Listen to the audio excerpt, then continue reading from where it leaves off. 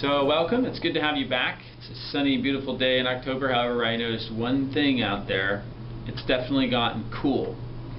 You can feel it in the air. The air is drier and the temperature, it really shifted in the last, I would say, 24 hours. You know, what is today, Amanda? What's the date? It's 22nd. the 22nd of October, right? Mm-hmm. So fall went on for a little while. For those of you who live in the area, I want to give you some information. For those of you who are watching who don't live in the area, I'm happy to have you watching. However, these principles could apply. Fall is a time when the temperatures start to switch, where you get 40-degree temperature changes. That's kind of an interesting time for the body to have to deal with. In Japan, they call this the doyo, which is an interesting time of year when you have a 40-degree or more switch in temperature in a 24-hour period. And that happened a little bit previously, but the temperature is really changing now pretty significantly. I would say that we're in that transition, maybe even past the doyo. Anyway, so having said that, I wanted to give you some ideas. On our website, there's a document that's called Boosting Your Immune System Naturally, or Secrets to Boosting Your Immune System. It's called Secrets to Boosting Your Immune System. It's on the newsletter section of the website. I would highly recommend checking that out. A lot of people are getting colds and flus. The body doesn't really know what to do in terms of adapting to the change in temperature. Now, people come into us and they have chronic problems, migraines. You know, we have a woman who's had a 90% improvement in her migraines in the first 3 treatments. You know, we have other people coming to us with other conditions. There's a little girl coming to us now who has Bell's palsy, which is a problem, you know, where she's lost function on one side of her face, 9 years old, and it started with some kind of a bacterial infection. So these immune systems are kind of getting a bit ravaged. You come in with these chronic problems. We'd rather have you, being able to prevent the problem, and then we can deal with the underlying issues of the things you have going on. Obviously, if you have a cold or flu, we're going to give you recommendations, but I want to give you some tips that you can use that'll make your life a little bit easier. So first of all, a cold or a flu, how do you know? The way that you know has to do with body temperature changing dramatically. If you have chills or fever, it's usually indicative that there is something going on with your immune system and you're fighting off either a bacterial or viral infection. For us, we check the pulses and we can instantaneously tell with one specific position. Actually, it's right here below the thumb. There's a position that we can check, and it shows us instantly, is it from an external pathogen? Is it a bacteria or a virus? It's pretty amazing, and it's accurate pretty much 80 to 90% of the time.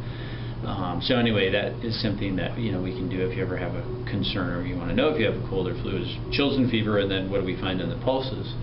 If you do have chills or fever, there's different ways to treat these things. In Western medicine, they would treat you with antibiotics. The problem with antibiotics is that oftentimes they kill everything else that's useful in your body for breaking down and fighting off infection in the future. So your immune system drops dramatically because of the fact that you've killed a lot of healthy bacteria as well as the potentially bad bacteria.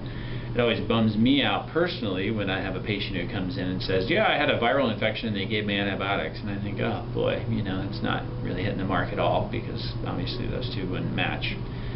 Bacteria, antibacterial agent come together.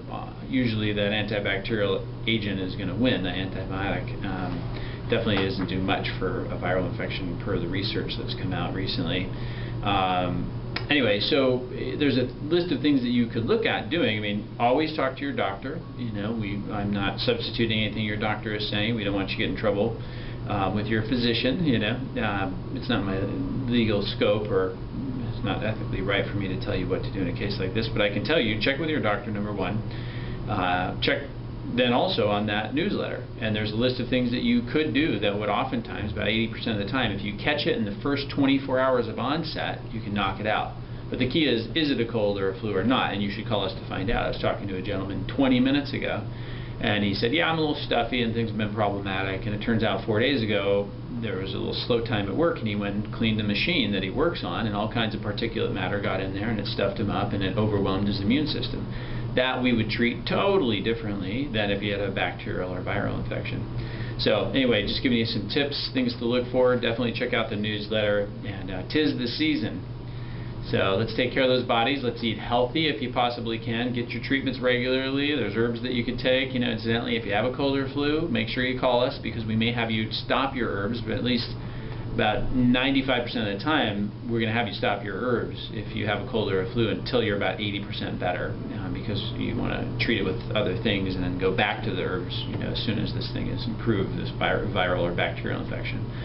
So anyway, do those things and you can prevent the problem from continuing on and becoming a 2-week nightmare. So got to catch it early. That's the key. First 24 hours, feel free to give us a call. We're here on the during the week, give us a call. On the weekends, we have an answering service. They'll find us wherever we are, and then you can just, give us a shout, and we'll be sure to give you any kind of instructions that would help you resolve the problem as rapidly as possible.